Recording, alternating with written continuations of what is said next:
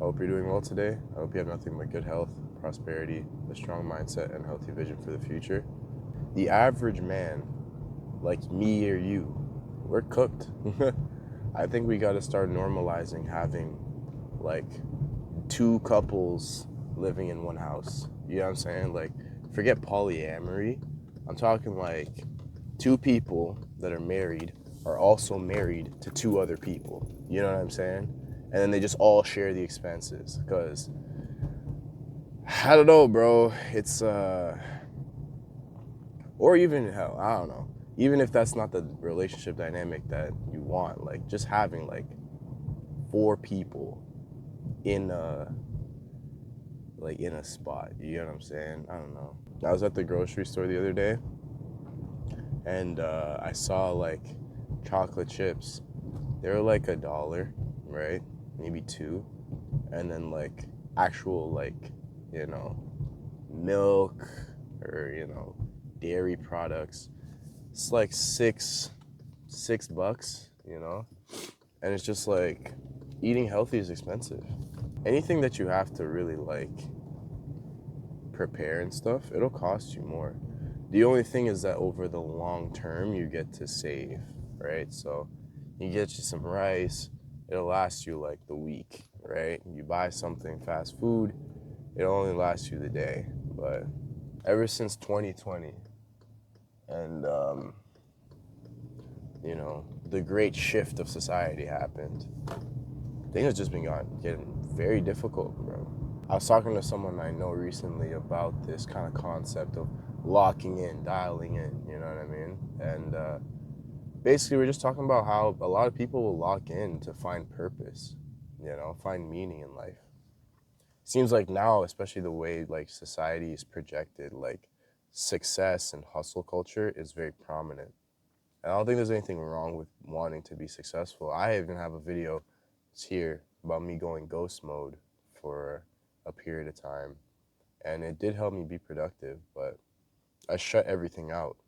And I feel like it's come to the point now where if you want to make it to any level of comfort, you have to be willing to do that. You have to be willing to go that far.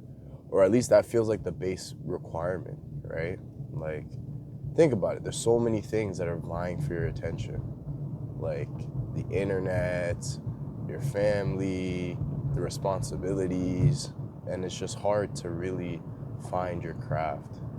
And going back to the sense of purpose, it's like we, at least where we're at now in developed first world countries, like we don't have a war that civilians have to worry about. You know what I'm saying? Like, at least in America right now at this time, who knows what's gonna happen in the future, but right now in America, like, we're kind of okay. The only issue is that because we're so comfortable, we just rely on distractions and time sinks just to make us use our time. You know what I mean?